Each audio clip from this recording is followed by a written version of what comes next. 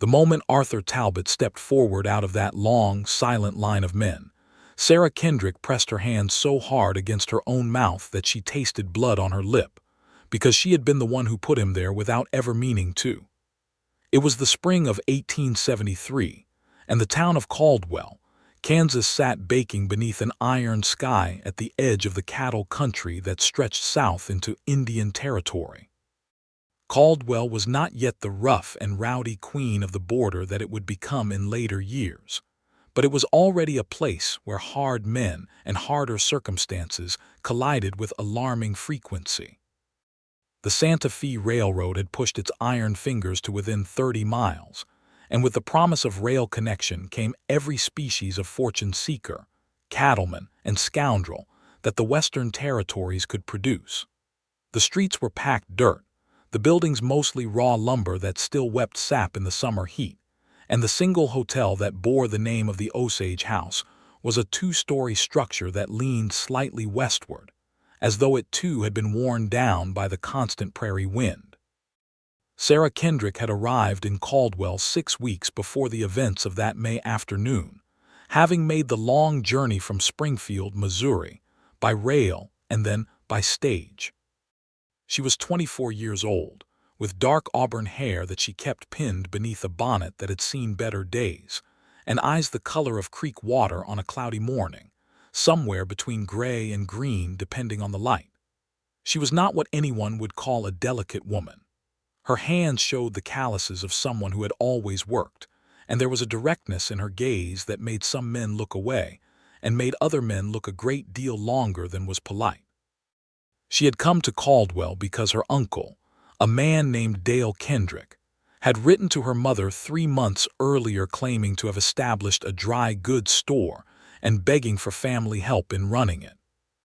Her mother had been ailing and could not travel, and Sarah, having recently lost the teaching position that had kept her in Springfield, had agreed to make the journey. What she found upon arrival was that her uncle had indeed established the store, but that he had also established a serious dependence on whiskey and a considerable number of debts that made the store's survival uncertain. She had spent the 6 weeks trying to hold the enterprise together by sheer force of will, handling the accounts, dealing with the suppliers who came through on the cattle trails, and managing the daily business while her uncle alternated between periods of remorse and renewed drinking. Arthur Talbot was 28 years old and had ridden into Caldwell 3 months before Sarah's arrival as part of a small crew working for a cattle outfit from Texas called the Hargrove Ranch. The Hargrove operation ran longhorns north along the Kisham Trail, and when a drive reached the staging ground near Caldwell, a portion of the crew would ride into town to resupply and wait for the next drive's preparation. Arthur was not a man of many words, which was perhaps why the other men in the crew tended to trust him. He had grown up in Tennessee, the son of a blacksmith who had died when Arthur was 16, and he had spent the intervening 12 years moving west by degrees, learning the cattle trade, learning how to ride and rope and survive in country that had very little patience for men who could not take care of themselves. He was not a particularly remarkable-looking man at first glance. He was lean, not quite as tall as some of the other drovers, with dark hair that had been bleached at the temples by years of sun, and a jaw that suggested a man who had learned early to hold things in. But his hands were steady and his word was reliable, and in the cow camps of Texas and the border country, those two qualities were worth considerably more than a handsome face. The first time he saw Sarah Kendrick was over a bolt of cotton calico. He had come into the dry goods store on behalf of the Hargrove crew to purchase some thread and a length of canvas for a torn supply tent, and she had been behind the counter going over a ledger with the focused expression of someone who was losing an argument with arithmetic and refusing to surrender. She had looked up when the bell above the door rang, assessed him in a single practiced glance the way people who worked in stores learned to do, and said, in a voice that was clear and slightly lower than he expected, that she would be with him in a moment. He had stood there for that moment, and then for several more, because he found that he was not in any particular hurry. She had finished her calculation, written something in the ledger with a short, decisive stroke of her pen, and then come to the counter and asked what he needed. He had told her. She had produced everything on the list from the shelves with efficient movements, quoted him a price that was fair, and thanked him for his business with genuine warmth but without any coyness. He had paid, gathered his purchases, and walked out, and had spent the better part of the evening sitting on the bunkhouse porch wondering why he kept thinking about the way she had pressed her lips together when she was concentrating on the numbers. He found reasons to go back to the dry goods store over the following 2 weeks. He needed tobacco. He needed a new pair of work gloves. He needed a bag of dried beans for the camp. Each time they exchanged a few more words, and he learned that her name was Sarah, that she was from Missouri, that she had a sharp and unsentimental sense of humor that surfaced without warning, and that she had opinions about the cattle trade, the railroad's expansion, and the quality of the road that connected Caldwell to the surrounding farms, all of which were both informed and direct. He found himself looking forward to those conversations with an intensity that was both unfamiliar and inconvenient, given that he was a man whose life was defined by moving from one place to the next with no particular attachment to any of them. Sarah was not oblivious to his attentions. She had noticed, with the practical part of her mind, that the Hargrove crew's need for dry goods had increased substantially since his first visit. She had also noticed, with a part of her mind that she was less comfortable acknowledging, that his arrivals made the store feel different, as though the ordinary objects on the shelves had been rearranged in a way that made the whole room more interesting. She told herself that she could not afford to be distracted by a cattle drover who would be back on the trail as soon as the season turned, and she mostly believed herself when she said it. The situation that changed everything arrived on the afternoon of May 14th, in the form of a man named Clem Driscoll. Driscoll was not from Caldwell and had not come to the territory for any respectable purpose. He was a land speculator of the most predatory variety, the kind that followed the expansion of settlement into new territories and used a combination of legal paperwork, intimidation, and outright fraud to acquire land and property before the original owners understood what was happening. He had been working the border country for 2 years, and he had identified the corridor of small farms and businesses along the approach to Caldwell as his next opportunity. He was a wide, heavy-shouldered man with a well-made coat and the careful manners of someone who had learned that menace was more effective when it wore a civilized face. He had approached Dale Kendrick about the dry goods store 3 weeks before the events of May 14th, and the conversation had not gone well for Dale. Driscoll had presented a document that he claimed represented a lien on the property that the store occupied, a lien that he said was connected to a debt that the original property owner had never properly discharged.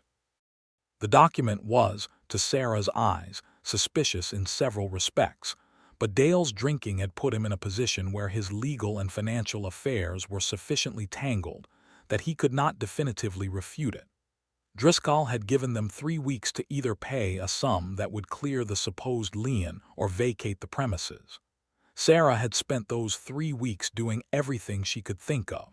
She had written to a lawyer in Wichita. She had spoken to every person in Caldwell who might know something about property law or about Driscoll's previous activities. She had found 2 other families who had been approached by Driscoll with similar documents and similar demands.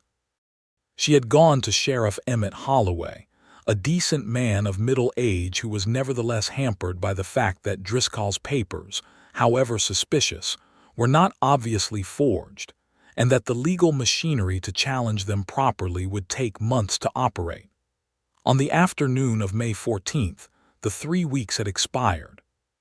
Driscoll arrived at the store with 2 hired men and a document that he said transferred ownership, and he had the calm, patient manner of a man who had done this before and knew how it ended. Dale Kendrick was, as was frequently the case in the afternoons, not fully sober, and he was sitting in the back room making the kind of sounds that men make when they have decided to let circumstances happen to them rather than fight. Sarah was behind the counter. She was not going to let circumstances happen to her. The argument that followed was fierce and fully contained within the law, meaning that Sarah used every point she had marshaled over 3 weeks, and Driscoll answered each one with the smooth patience of a man who had bought legal expertise as well as legal documents.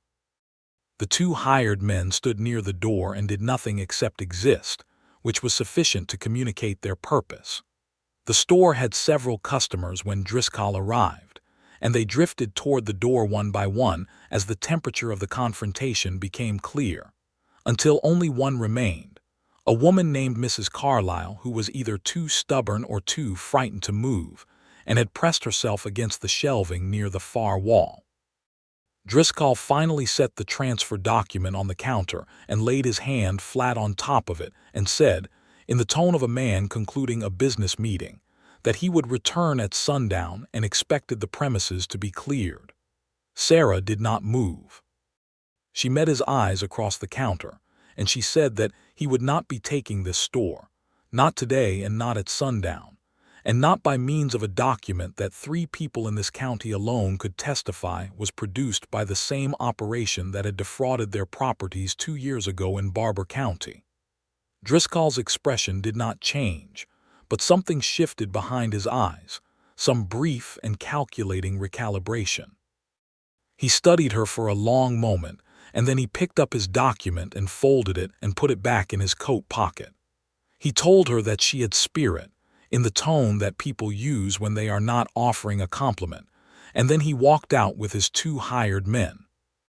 The aftermath of that confrontation spread through Caldwell's small community, the way that any dramatic story spread in a settlement where diversion was limited and collective stakes were real.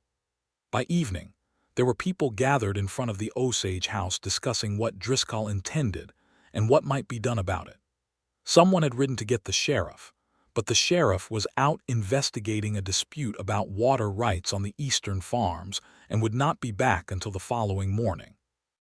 Driscoll and his men had taken rooms at the Osage house itself, and this fact lent the gathering a quality of theater, the feeling of an audience assembling before a performance whose nature was not yet known.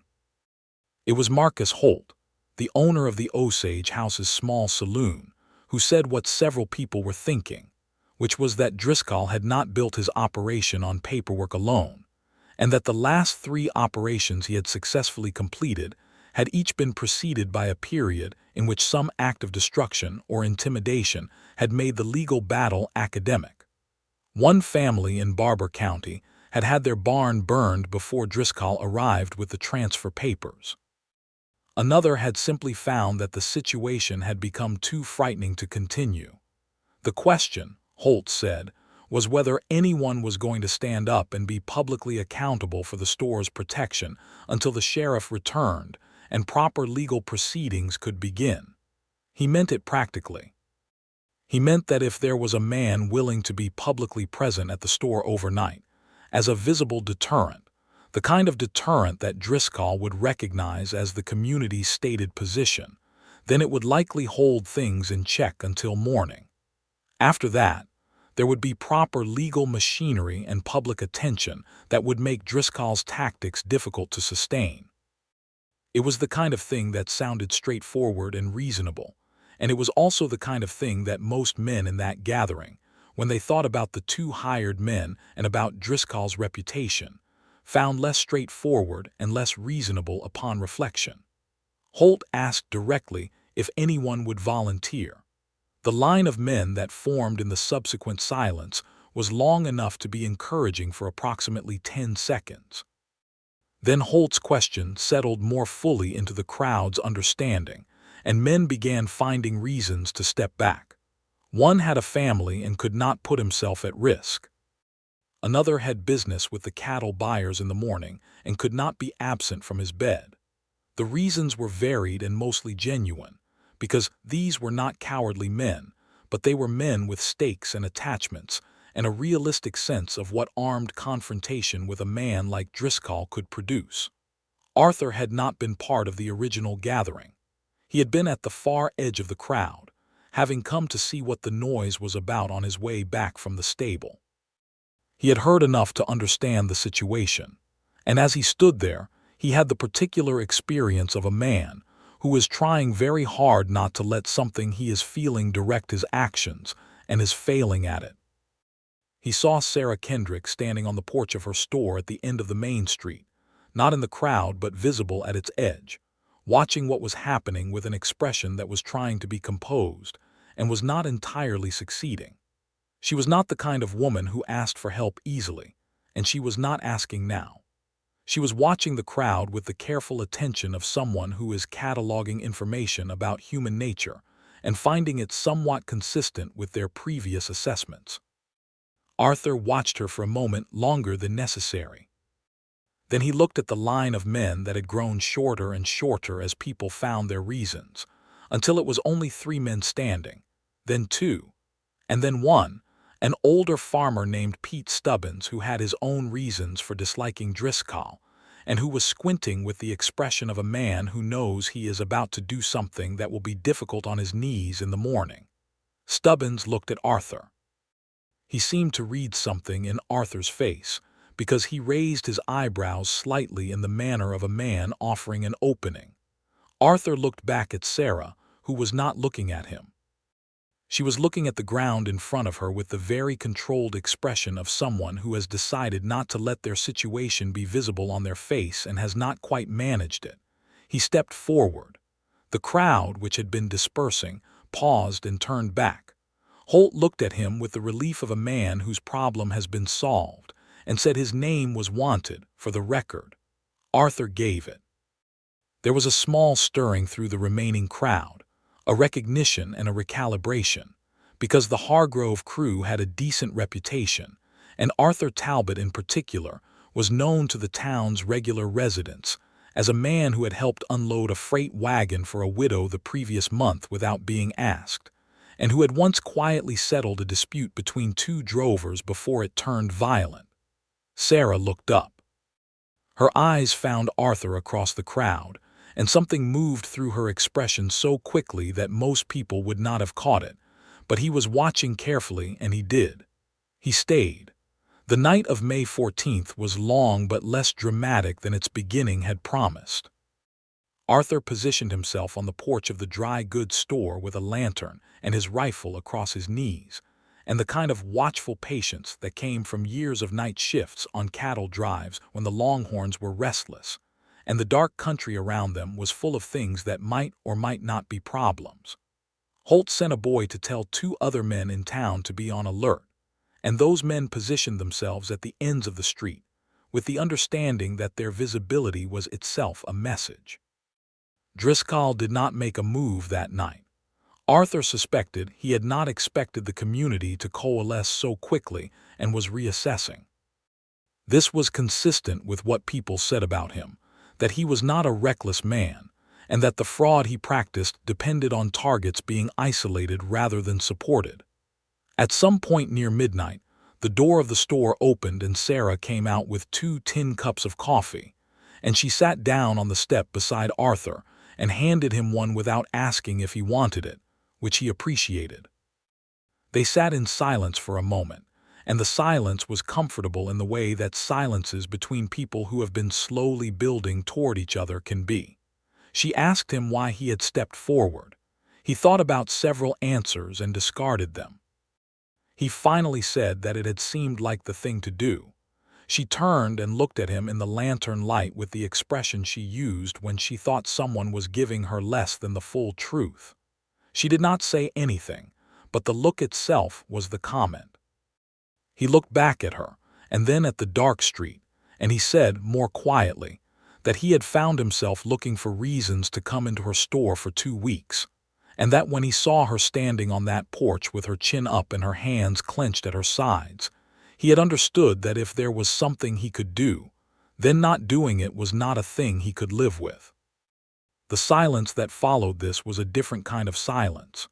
Sarah looked at her coffee cup for a long moment. Then she said that she wished he had found some simpler way to make that known.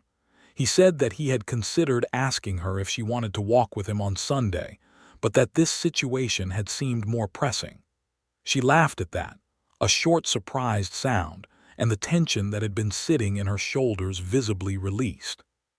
She said that she would take him up on the Sunday walk, assuming they both survived the week. He said that he intended to make very sure they did.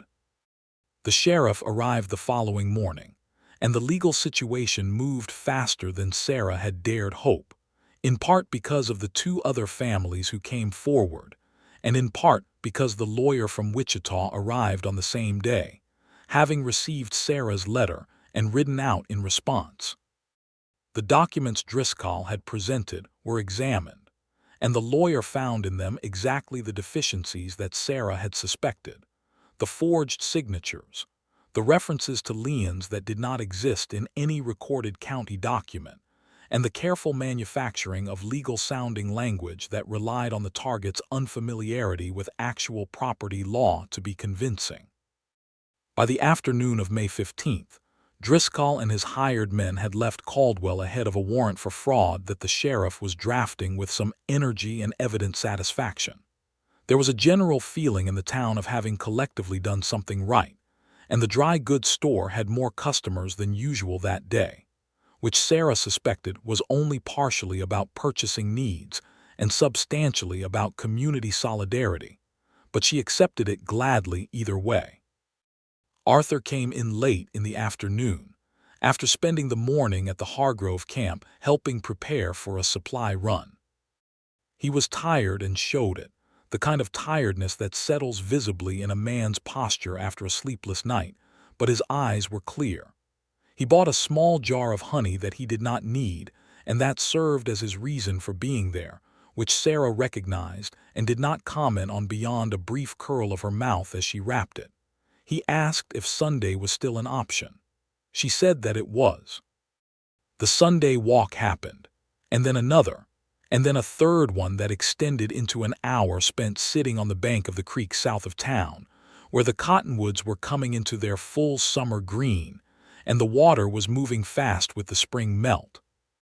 They talked with the particular intensity of two people who have each lived a self-sufficient life, and discovered the unexpected pleasure of having someone else's mind to encounter. She told him about Springfield and her mother, about the school where she had taught, and the circumstances that had ended that position, which had involved a dispute with the school board about the curriculum that she described with a mixture of pride and rue. He told her about Tennessee and his father's blacksmith shop, and the years of wandering that had brought him to the cattle trade, and he told it plainly, without either exaggerating the hardships or minimizing them, which she found she respected in a way that was becoming very difficult to separate from other feelings. He had a directness about him that she had noticed from the beginning, but was understanding more fully now. He did not talk around things. He said what he meant with an economy that was not coldness but precision, and she, who had spent her life in a world where people rarely said what they meant if they could arrange to have it understood through implication, found it startlingly refreshing. He told her on that third walk that he had been thinking about the situation he was in. He said it plainly, the way he said all things. He was a cattle drover. The Hargrove outfit would need to move south again before autumn. He did not have a permanent place or a settled life, and he was aware that these were not qualities that made a man a reasonable prospect for a woman who had a store to run and a life built in a particular location. Sarah sat with this for a moment. Then she said that she had spent 6 weeks rebuilding a business and 2 years before that building a career, and that she understood very well what it meant to construct a life from movable parts. She said that she was not in the habit of making decisions based on circumstances that had not yet arrived, and that the conversation they were having was a conversation about the present, which included a walk on a Sunday afternoon that she was finding she did not want to end. He looked at her with the particular expression that she was beginning to recognize, the one where his usual reserve opened slightly, and what was behind it was visible for a moment before he controlled it again. He said that he was finding the same thing. The summer moved forward with the particular richness that comes when two people are falling in love and have not yet fully said so. Arthur found reasons to stay in Caldwell longer than his duties strictly required. He began helping with small repairs on the store building, the kind of work that had been deferred while Dale Kendrick was occupied with his drinking. And he did this without making it into a statement, simply showing up one morning with a hammer and addressing the problem of the door that did not hang right, and then the week after addressing the problem of the window that leaked when it rained. And Sarah accepted this assistance with the same matter-of-fact warmth that characterized everything she did. Dale Kendrick, for his part, was not blind to what was developing.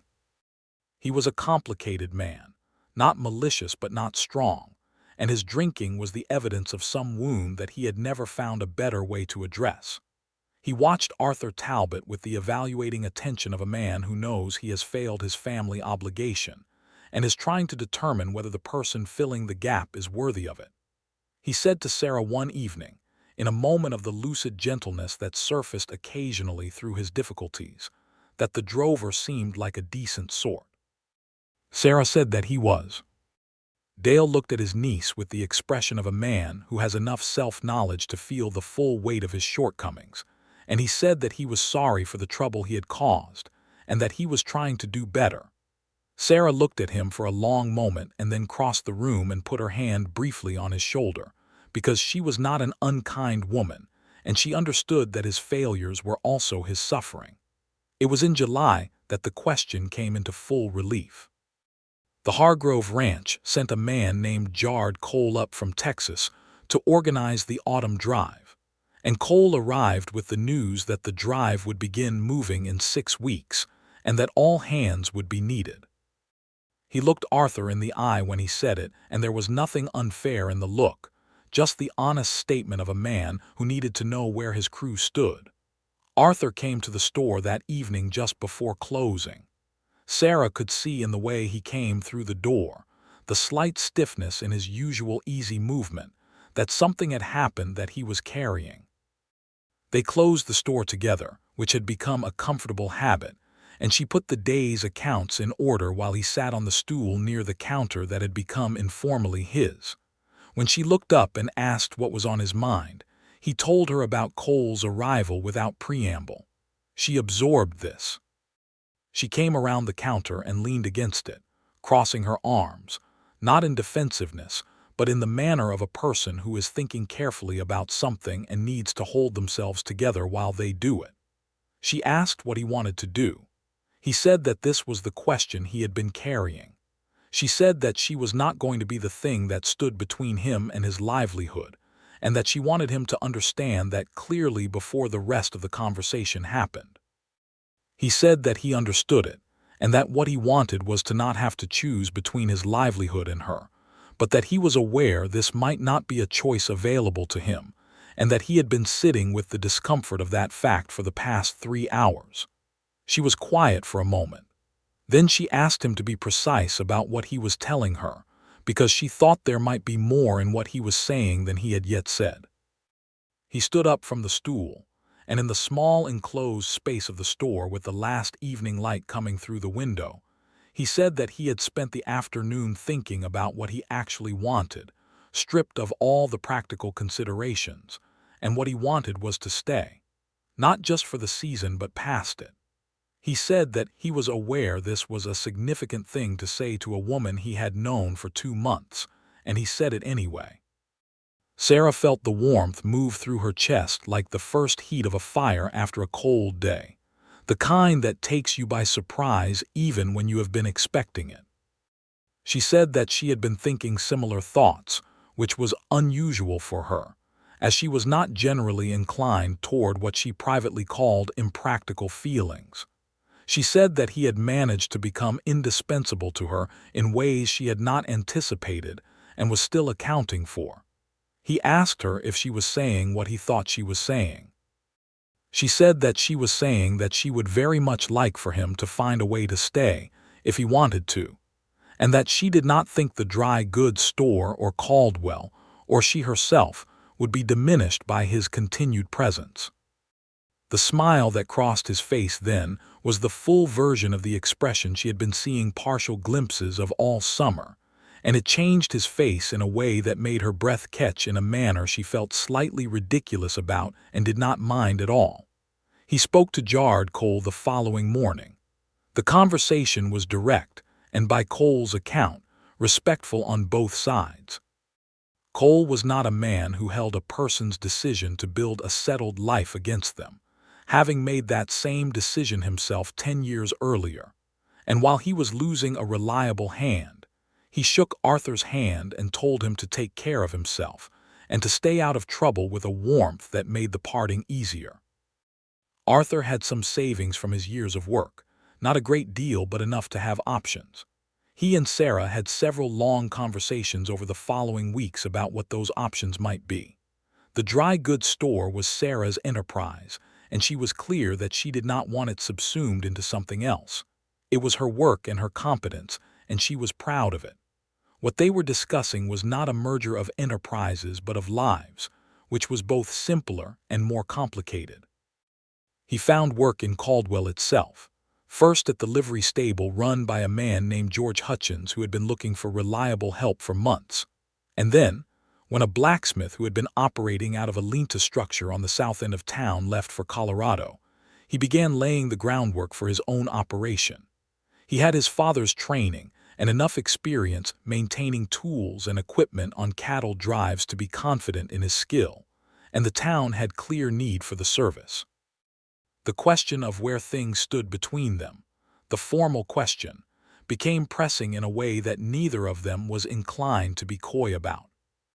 It was Arthur who raised it directly, on an evening in late August when the heat had finally begun to break, and the air had that first faint edge of the coming season. They were sitting on the porch of the store in the long blue twilight, and he said, without any particular preamble, that he would like to marry her if she was willing, and that he understood if she needed time, but that he wanted her to know that his intention was serious and not contingent on anything except her willingness. Sarah looked at him for a long moment with those gray-green eyes that he had been thinking about since the first afternoon he walked into her store. Then she said that she had been waiting for this conversation for at least 6 weeks, and that the answer was yes, and that she hoped he understood that she was agreeing to a partnership in the fullest sense of the word, meaning that she had opinions and intended to express them. He said that this was among the things he was most looking forward to. They were married in October of 1873, in the small church that Caldwell's settlers had built the previous year, by a minister who had traveled the circuit through 5 counties, and who performed the ceremony with the practical warmth of a man who had married many frontier couples and believed firmly in the institution. Dale Kendrick was present and was sober for the occasion, which cost him a visible effort and which Sarah acknowledged with a look that made him stand straighter. Several of the Hargrove drovers who were passing through on the autumn road came to stand in the back of the church, and Jared Cole sent a letter of congratulation that arrived 2 days later. The life they built in Caldwell was not a simple one, because lives in the Kansas border country in the 1870s were not simple, but it was a full one. The dry goods store continued to grow, slowly but steadily, as Caldwell grew. The Santa Fe Railroad reached its full connection to the area in 1874, which changed the character of the town substantially, bringing more settlers, more commerce, and the full flowering of the cattle shipping economy that would make Caldwell genuinely famous in the cattle trade through the late 1870s and early 1880s. Sarah expanded the store's inventory, added a small section of hardware and tools, and developed a reputation for fair dealing and reliable stock that brought customers from the surrounding farms and homesteads with regularity. Arthur's blacksmithing operation grew from the modest Lenta structure into a proper smithy, built with his own hands on a lot he purchased in the winter of 1873. He was a meticulous craftsman and a fair businessman, and the combination of those qualities made the shop a necessary establishment quickly. He repaired farm equipment, shod horses for the trail drives and the local ranches, made custom tools, and became the kind of man that a community relies on in ways that are not always visible until he is not there. He also kept a quiet eye on the broader situation in Caldwell, because the cattle boom brought with it the category of trouble that cattle boomtowns were known for, and he was the sort of man who noticed developing problems and addressed them before they became worse. Dale Kendrick had a more difficult journey than either of them.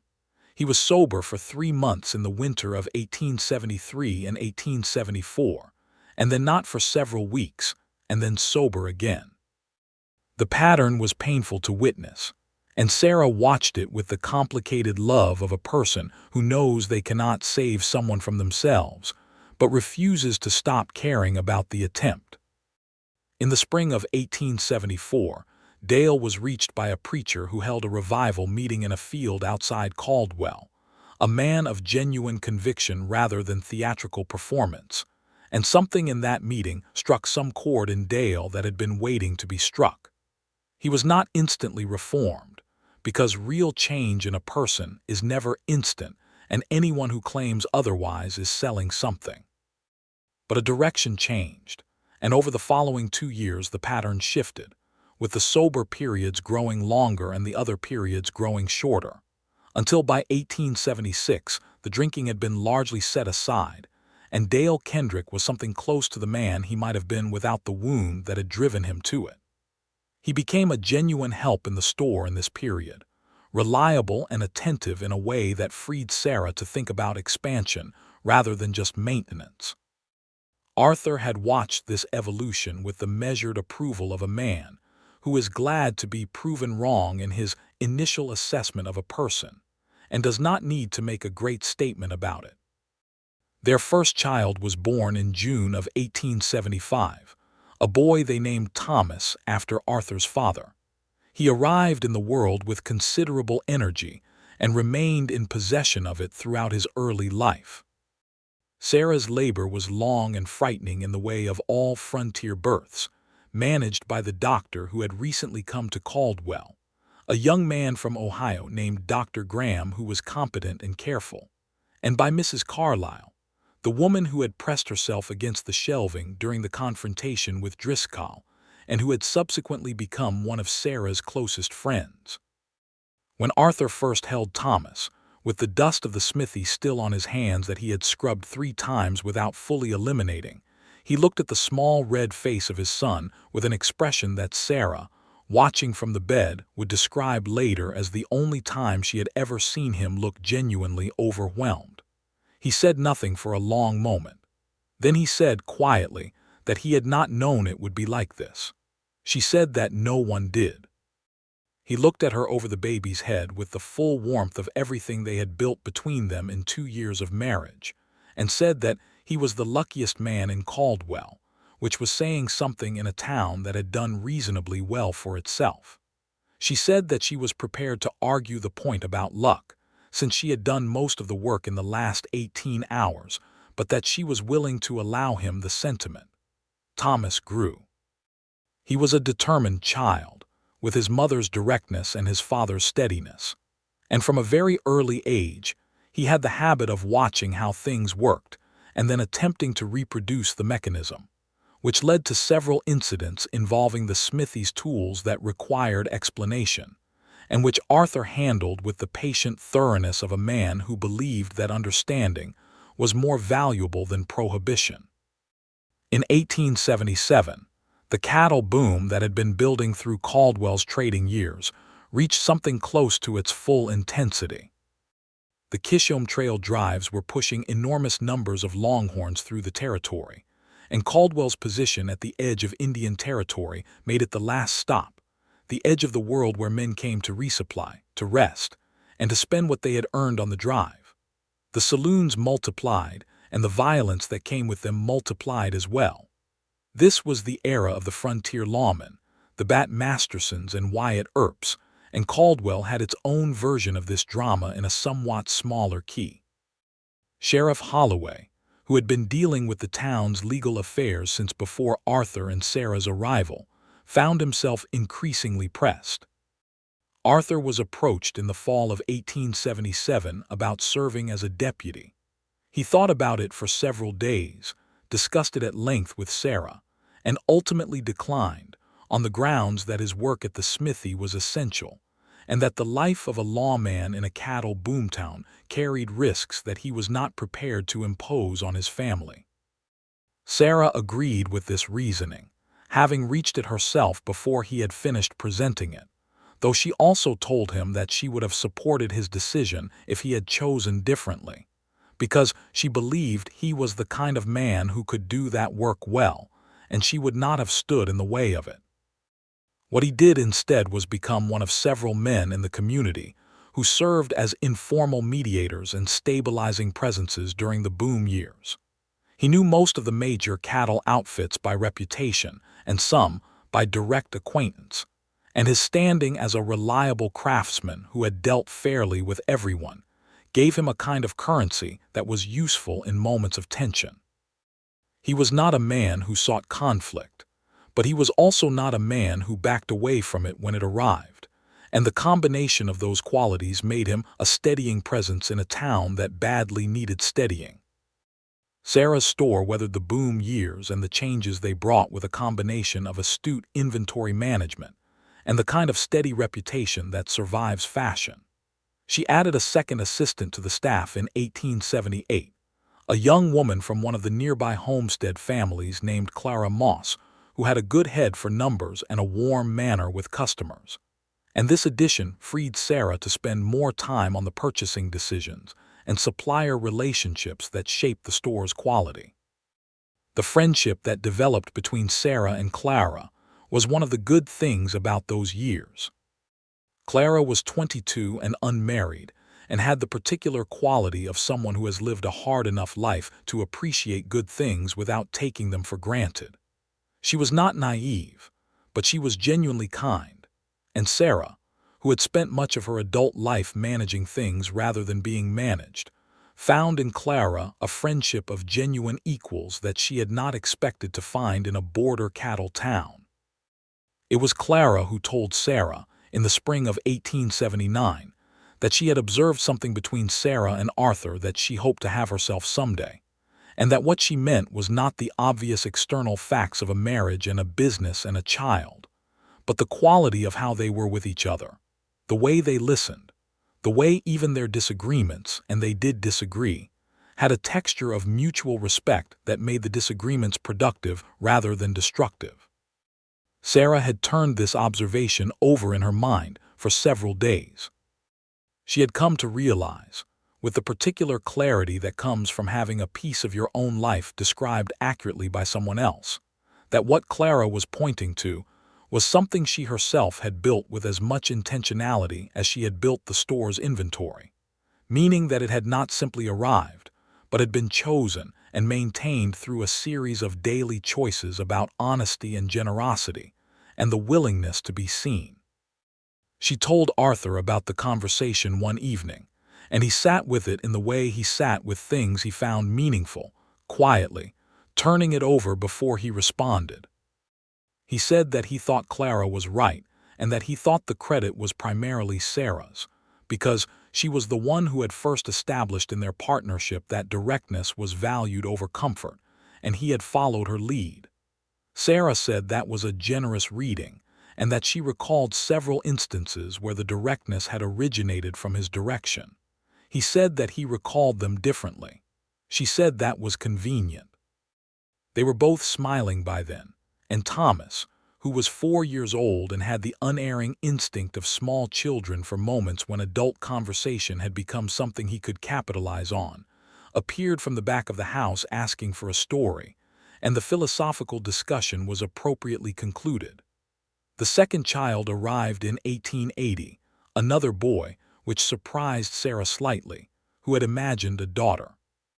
They named him James, after nobody in particular, but because the name had a solidity that suited him, as it turned out, because James was from the beginning a more substantial physical presence than his brother, wider and more deliberate, with a gravity of temperament that seemed comic in an infant and gradually revealed itself as simply his character. Thomas received his brother with the mixed response of a 5-year-old, confronted with the permanent revision of his domestic status. Initially affronted, and then gradually converted to a proprietary pride in the new family member that manifested as a great deal of unwanted instruction delivered from a height of approximately 3 feet. The years from 1880 to 1885 were the full flowering of Arthur and Sarah Talbot's life in Caldwell. The cattle boom had crested and begun its descent, as all booms do, shaped by the fencing of the plains that was gradually closing the open range, by the expansion of the railroad that made the long drives less necessary, and by the simple arithmetic of how much grazing land existed and how many cattle were competing for it. Caldwell would not remain the border queen of the cattle trade indefinitely, and both Arthur and Sarah understood this and had been preparing for the town's transition to a different kind of economy. The dry goods store became more oriented toward the farming and homesteading trade as the cattle business declined, expanding its agricultural supplies and becoming a source for the kind of equipment and goods that the growing permanent population of the county needed.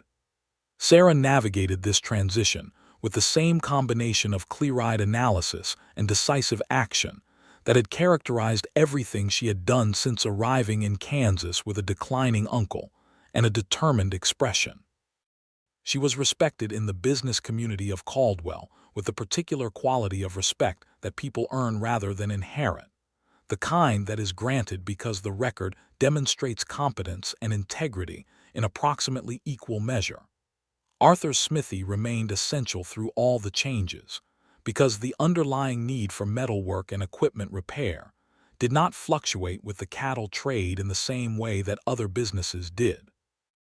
He had trained 2 apprentices over the years, young men from the area who learned their trade under his patient instruction, and who both established their own operations in neighboring towns, which he regarded with the satisfaction of a man who has passed something forward rather than held it close.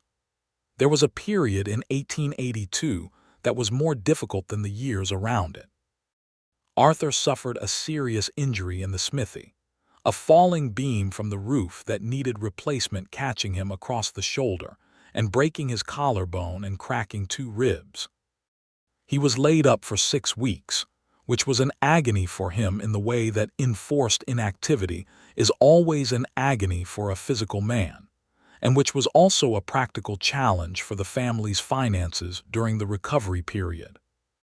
Sarah managed everything during those 6 weeks with the efficiency she always deployed in a crisis, and she also managed Arthur, which required a different kind of efficiency, the kind that included the ability to be simultaneously firm about his need to rest and genuinely warm about the fact that she wanted him to recover fully, not just functionally. He was a difficult patient in the way that men who have always been self-sufficient tend to be, and she had about 3 conversations with him during those 6 weeks that began as discussions and ended as arguments and concluded as the kind of reconciliations that leave both people feeling they understand each other better than before. He told her during the recovery that he had not realized until he was forced to be still how much he had been moving through their life with the assumption that he would always be able to do what he was doing, and that being stopped had been, underneath the frustration, a kind of instruction. She asked him what the instruction was. He said that he had spent most of his life before her treating his own continuation as a logistical problem rather than something he actually cared about, and that lying in the bedroom of the house they had built looking at the ceiling for 6 weeks had made it impossible to continue not knowing that he cared about it now, and that what he cared about it for was the life they had made and the people in it. Sarah was quiet for a long moment after he said this. Then she reached over and took his hand, carefully because of the ribs, and held it without saying anything, because there are things for which words are less than adequate and the best response to them is presence. He recovered fully, which the doctor said was attributable to his general physical condition, and which Sarah said was attributable to her management of his compliance with the doctor's instructions, and Arthur allowed both attributions without argument. The third child was a girl, born in 1884, and they named her Mary. She arrived in the world with the complete tranquility of a person who has no particular anxieties about her place in it, and maintained this quality as she grew, which was either a temperamental gift or a product of arriving into a family that was already well established and confident of its foundations. Thomas, who was 9, received his sister with the full confidence of a boy who has been through this before and knows how it goes. James, who was 4, was enchanted in the uncomplicated way of young children, and could be found sitting next to Mary's cradle for long periods doing nothing in particular, simply keeping her company. Arthur looked at Mary the way he had looked at each of his children in that first moment, with the kind of openness that was in him always, but that most circumstances did not call forth. He told Sarah that evening, with Thomas and James asleep in the back room and Mary quiet in the cradle, that he wanted to say something he did not say often enough, and Sarah told him to say it then. He said that what he had from this life, from her and from the children and from the work he did, and the town they had made their home in, was more than anything he had imagined was possible for himself when he was a 16-year-old boy in Tennessee watching his father's funeral and trying to understand what came next. He said that he was not a man who expressed himself easily, and that he was aware of this, and that he intended to do better at it, because what he felt deserved to be said and not only carried. Sarah crossed the room to him and put both her hands against his face, and looked at him for a long moment with those gray-green eyes that had not changed in the 11 years since he had first stood at her counter. And then she kissed him with the full warmth of a woman who has built something real with a person and knows exactly what she has. The years after Mary's birth had the particular quality of a life that has found its rhythm. Not without challenges, because the late 1880s brought the agricultural difficulties that affected much of the plains, the droughts, the falling crop prices, the pressure on the farming families that formed so much of the dry goods store's customer base.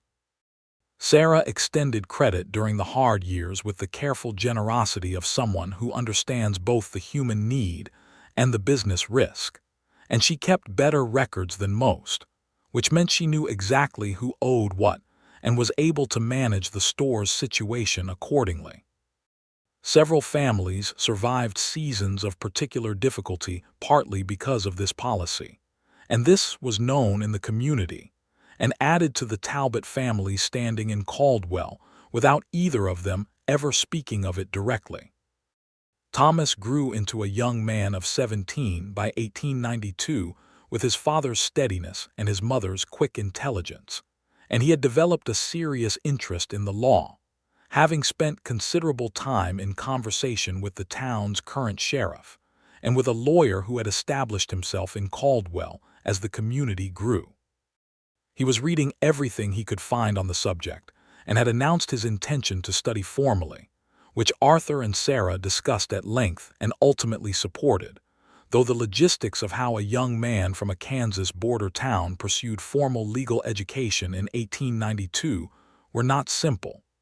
James, at 12, was more interested in the land itself than in any human institution operating upon it. He had the farmer's eye for soil and weather and the growing things that came from it, and had been spending his summers working with several of the homestead families south of town, learning everything they could teach him. Arthur watched his middle son with the quiet attention of a man who recognizes in his child a particular direction, and knows that the best thing he can do is stand clear of it. Mary, at 8, was something between her brothers in temperament, equally comfortable with books and with outdoor life, equally interested in the workings of the store and in the world beyond it. She had her mother's ability to read a room full of people and understand what each of them actually needed, which at 8 manifested as an uncanny skill at appearing when one of her brothers was about to get into trouble and providing a distraction sufficient to divert the incident. In the fall of 1892, Dale Kendrick died. He had been in good health for most of the previous decade, the change in his habits having given him back several years that the drinking might otherwise have claimed. But his heart had been weakening for the past year, and one morning in October, it simply stopped. He died in the room above the store that had been his for 19 years, with Sarah sitting beside him and Arthur standing in the doorway. They buried him in Caldwell Cemetery on a clear, cold October morning, with more people in attendance than might have been expected, because Dale in his later years had been a different kind of presence in the town than he had been in his earlier ones, quieter and more deliberate, but also genuinely available in the way that people who have done their own repair work become. Several farmers said that he had helped them in small ways over the years that they had never forgotten. Sarah stood at the graveside with her hand in Arthur's and cried with the straightforward grief of a woman who loved a complicated person and understood both sides of the complication. Afterward, Arthur made sure the store was locked and the children were fed, and the neighbors' offers of food were received with appropriate gratitude.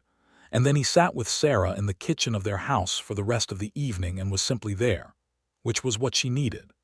She said, late that evening, that she wished she could have given Dale more of what the revival preacher had somehow given him, that she had tried and known she was failing, and had had to make peace with the fact that she could not be the thing that reached him.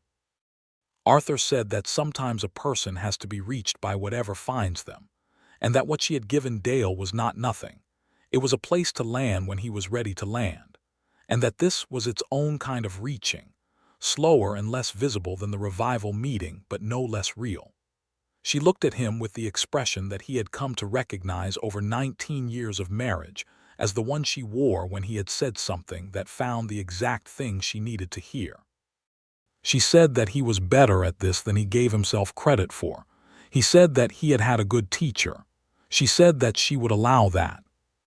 Thomas went to study law in Topeka in 1893, having secured a position reading law in a well-regarded firm through the assistance of the Caldwell lawyer and a letter from the sheriff. Arthur and Sarah drove him to the stage with his trunk, and Thomas, who was not given to demonstrative farewells, shook his father's hand with a firmness that communicated a great deal more than the gesture itself, and hugged his mother with both arms, and held on for a moment longer than his usual economy of expression allowed. Sarah watched the stage roll away and stood with her hand over her heart for a moment. Then she straightened her posture and turned back to the wagon and said that they should get back before James managed to do something inadvisable with the morning unsupervised. Arthur drove home with the morning sun behind them and said nothing for the first mile or so, and then said that he was proud of the boy. Sarah said that they both were, and that it was right for him to go, and that she also intended to cry about it later when no one was watching. He said that she could cry about it now if she wanted. She said that she knew that and that she would rather cry about it later, privately, which was her way, and that what she wanted now was for him to tell her something that would make the morning feel ordinary. He thought for a moment, and then began telling her about a conversation he had had the previous day with one of the farmsteaders about the new type of barbed wire fencing that was changing the way the plains operations worked. And she listened with the attention she always gave his observations, and the morning gradually became ordinary, and she cried later, privately, as she had said, and felt better for it. The 1890s brought Caldwell the quieter life of an agricultural town that had seen its wild days and settled into something more durable. The saloons were fewer, the population more established, and the character of the community had shifted toward the concerns of people building permanent homes rather than passing through. The Talbot family was woven into this community at every level, through Sarah's store, Arthur's smithy, their children's connections to the town's families and institutions, and the accumulated weight of 20 years of consistent, honest dealing with the people around them. Arthur turned 50 in 1895, which was not an event he particularly wished to acknowledge, and which the town somewhat insisted upon acknowledging anyway, manifesting in a gathering at the Osage House's supper room, organized with suspicious smoothness for an event that was supposedly a surprise, which Arthur suspected was not a surprise at all given that his wife had never managed to keep a genuine secret from him for more than 4 days, and this had supposedly been organized for 3 weeks. He said nothing about this suspicion and allowed himself to be surprised, which was the correct choice, and which Sarah recognized and appreciated, squeezing his arm briefly as he walked into the room to the gathered faces of people he had known for 2 decades. It was at this gathering that Jard Cole appeared, which was genuinely unexpected. Cole had settled in Texas after his driving years and had built a respectable operation of his own, and he had been passing through Kansas on business and had heard about the occasion from some connection in the cattle trade that still linked the old roots and their people. He was older and heavier, and had the look of a man who had done well, and he shook Arthur's hand with a warmth that reminded them both of the morning 22 years ago when Arthur had said he was staying, and Cole had wished him well. Cole looked at Sarah, and at the room full of people and at Arthur and said that, when he had told a young drover to take care of himself in the summer of 1873, he had not imagined this, and that he was glad he was here to see it.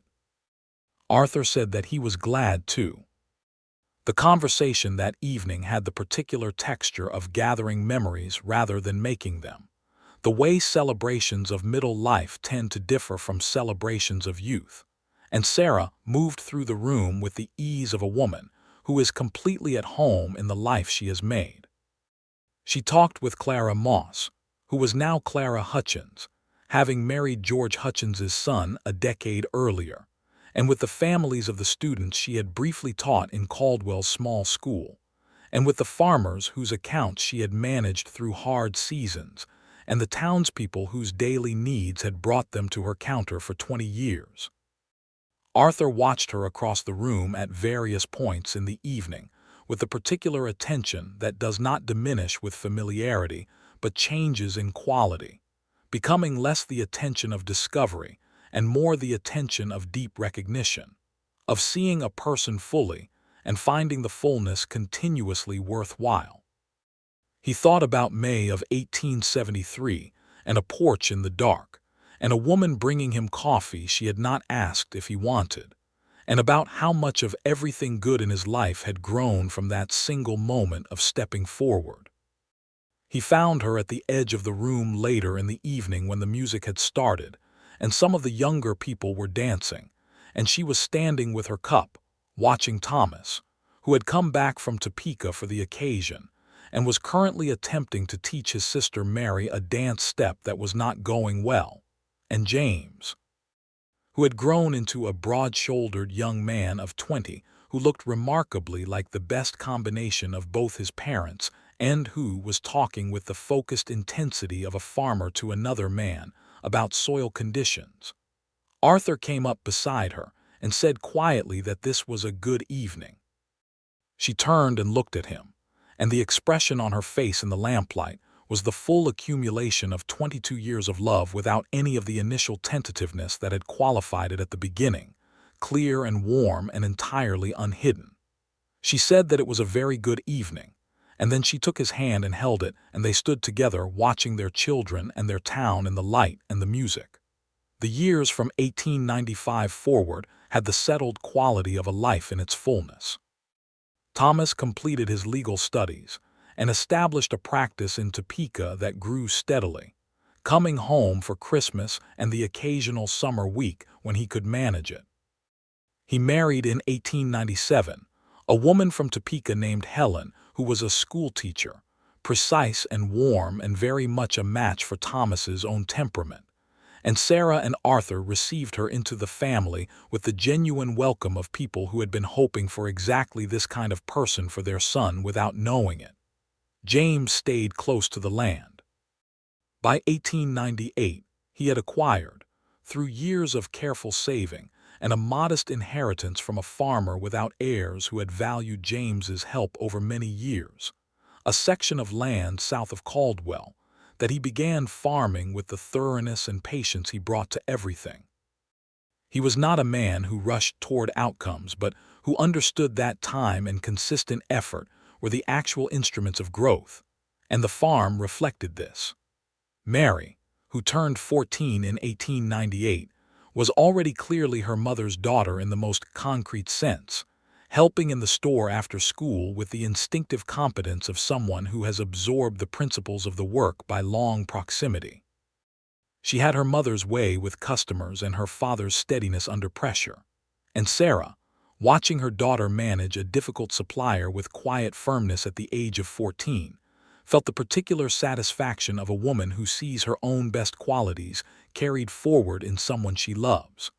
The new century arrived in Caldwell as it arrived everywhere, with a quality of threshold crossing that people responded to differently depending on their natures. Arthur and Sarah saw it in from their porch, with James in the house behind them and Mary asleep upstairs, and a bottle of good whiskey that Arthur had acquired for the occasion, a small luxury that they shared in the cold, clear air of the January night. She asked him what he thought the century would bring.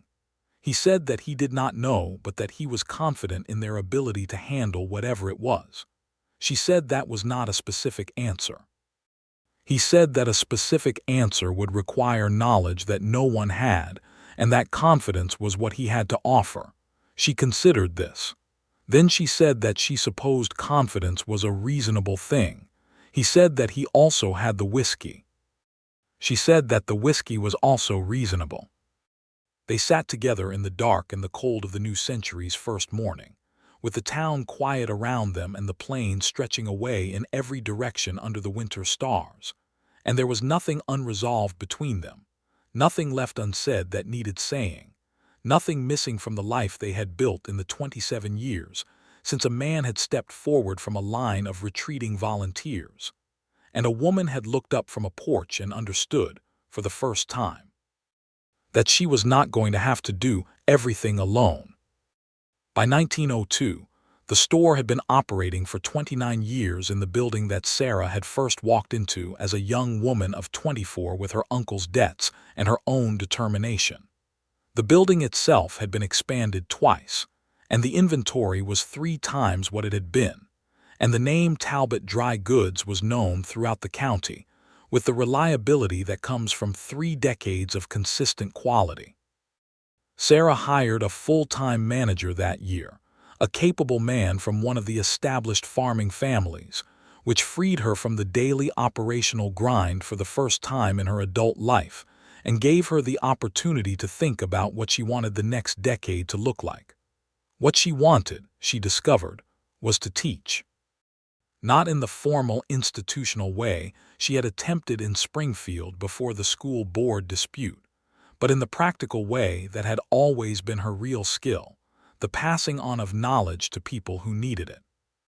She began running what she called, without any formal announcement, a monthly meeting for the women of the county who were managing household finances and small business dealings, sharing what she had learned about accounting and negotiation and the legal basics of property and contract. These meetings, held in the back room of the store on the first Saturday of each month, became quietly essential in a way that the participants talked about among themselves, but that the broader community only partially registered, which was exactly as Sarah intended. Arthur watched this development with the recognition of a man who has known for 30 years that the person he is married to has capabilities that extend beyond whatever current frame they occupy. He told her one evening that what she was doing with the meetings was as significant as anything the store had produced, and she said that she was not sure about that, but that it felt necessary, and that was enough. He told Thomas about the meetings in a letter, and Thomas wrote back a long letter full of specifics about the legal implications of what the women were learning, and how it connected to the property rights legislation that was slowly changing the legal landscape for women in Kansas. And Sarah read this letter twice, and then filed it in her desk, and wrote a letter back to Thomas asking him to come home for the summer if he could manage it, because she wanted to have this conversation in person. Thomas came, with Helen and their 2 children, a boy of 5 named Arthur after his grandfather, who had the original Arthur's dark hair and more of his mother's brightness, and a girl of 3 named Sarah after her grandmother, which produced a quality of emotion in Sarah Kendrick Talbot when she was first introduced to her namesake that she handled with the composed warmth she brought to everything except the moments, like this one, when the accumulated significance of a life made itself felt all at once. She held the small girl, and the small girl looked at her with the enormous gravity of a 3-year-old, and said, with great seriousness, that she had her grandmother's name. Sarah said that she did, and that she hoped it served her well. The small girl considered this, and then appeared satisfied and asked to be put down so she could look at the cat. Arthur watched this from the doorway with his grandson on his hip, and the small boy was already examining the doorframe of the smithy with the concentrated attention of someone beginning a long investigation. And Arthur let him look, because he had learned from his own children that letting them investigate without interruption was how you found out what they were actually interested in. James married in 1904 a woman from the farming community named Dorothea, practical and deep-hearted, with the kind of knowledge of the land that matched James's own and turned their shared acres into something genuinely productive. Their first child was a boy, born in 1905, that they named Dale, which moved Sarah in ways she did not fully express and Arthur understood without needing it explained. Mary turned 20 in 1904 and had been running a substantial portion of the store's operation for 2 years by that point. She had also, with characteristic directness, told her parents that she intended to study.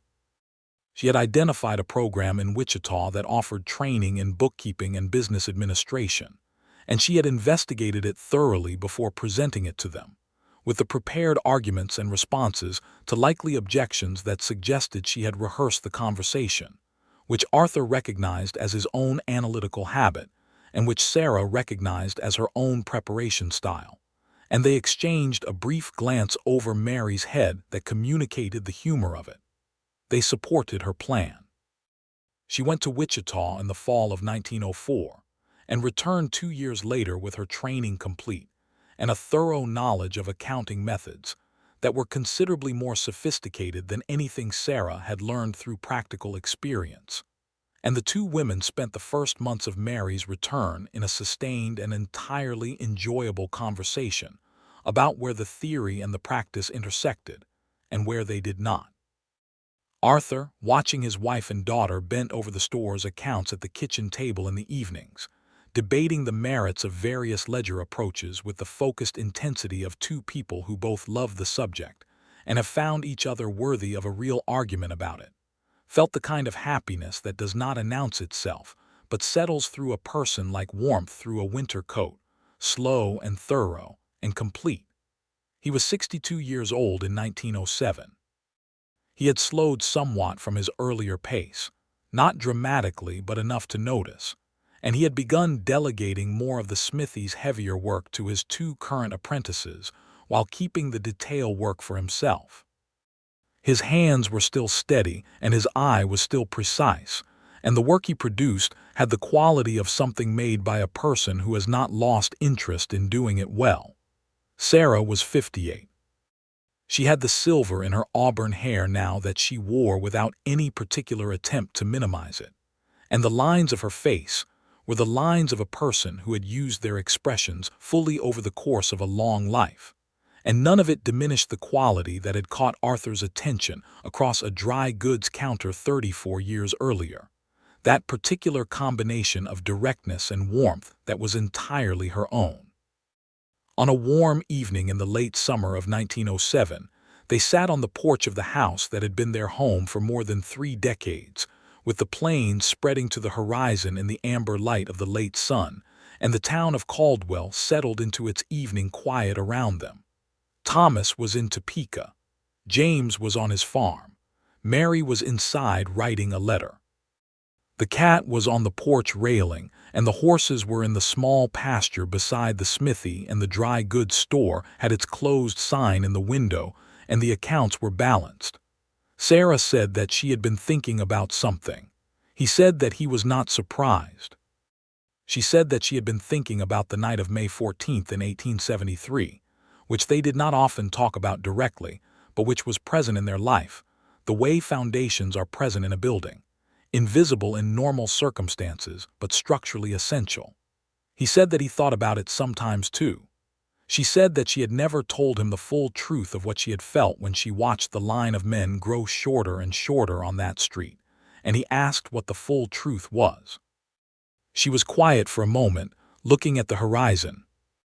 Then she said that she had been trying very hard not to want any specific person to step forward, because she was not in the habit of needing rescue and did not intend to start, and that she had known she was failing at this because she had been watching him specifically from the moment she recognized him at the edge of the crowd, and that when he stepped forward she had felt something that was entirely out of proportion to the practical situation. Something that she could only describe as the recognition of a specific person, in the way that you recognize something that has always been true before you have evidence of it. He turned to look at her, and she was looking at him, and the long light of the late sun was on her face and in the silver of her hair, and he said quietly that he had known, in the moment before he stepped forward, that he was not stepping forward for Caldwell or for community obligation or even for the abstract principle of the thing, but for her, specifically her, and that this had seemed both entirely unreasonable and completely unavoidable.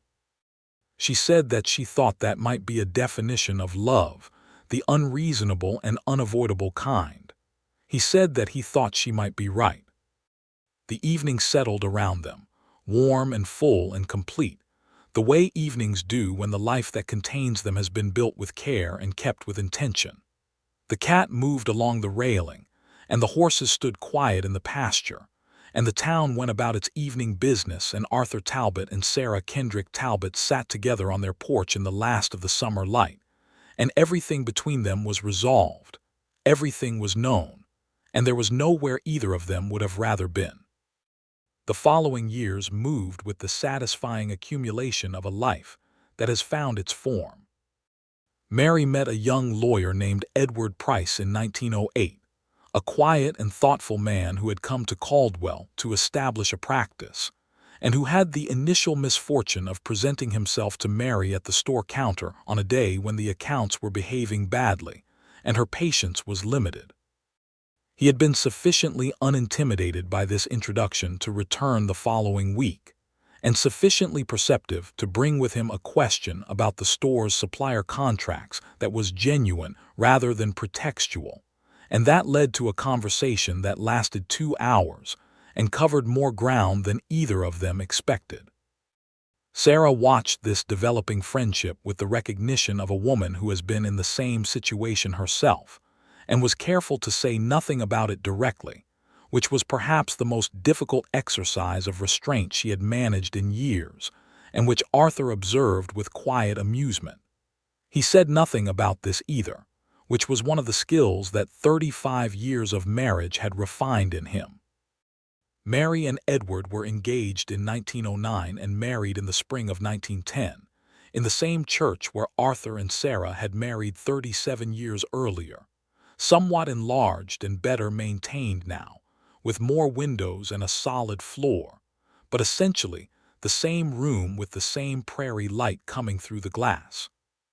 Sarah stood beside Arthur during the ceremony and held his hand throughout it, and afterward, at the small gathering in the store's expanded back room that served as the celebration, she danced with him in the way they had danced at Thomas's wedding and James's wedding, and at the celebrations in between, with the ease of two people who have been moving in the same direction for so long that the coordination is no longer thought about but simply present.